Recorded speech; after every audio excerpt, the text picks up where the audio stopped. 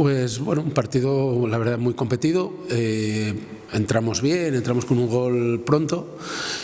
A partir de ahí sí es cierto que bueno, luego tuvieron ellos unos minutos que precisamente por ese gol pues nos apretaron un poco y nos metieron en nuestro campo.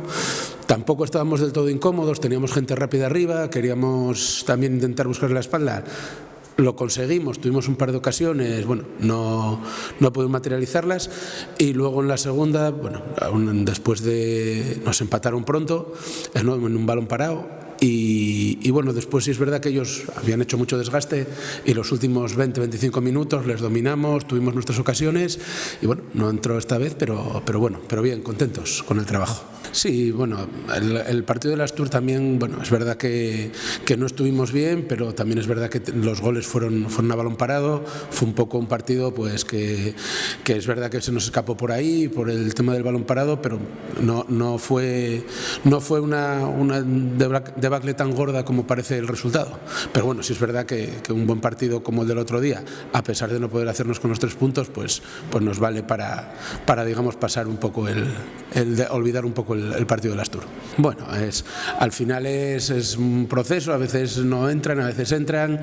La cuestión es el trabajo y el tener las opciones y bueno, si no entran, sí hombre, lógicamente las vimos muy cerca, por esa que tuvo Aifín, por otra que había tenido Pablo, por otro remate que había tenido Guille, todas al final que bueno, parecía un poco que si nos hubiese entrado una de esas, pues lo más fácil era que nos hubiésemos hecho con los 3 puntos. Sí, bueno, sabemos que bueno, nuestro partido o nuestros partidos, nuestro modelo de partidos, siempre tenemos opciones en ellos y este fin de semana pues estamos convencidos de que también tendremos nuestras opciones. Lógicamente vamos a un campo difícil, está en una muy buena dinámica desde que empezó el año, desde que empezó la temporada, pero bueno, estamos seguros de que también vamos a tener nuestras opciones allí. Sí, bueno, pues yo creo que la clave va a estar en no tener muchos errores nosotros y hacer un partido que bueno, relativamente largo, y sabemos que en un partido largo vamos a tener nuestras ocasiones.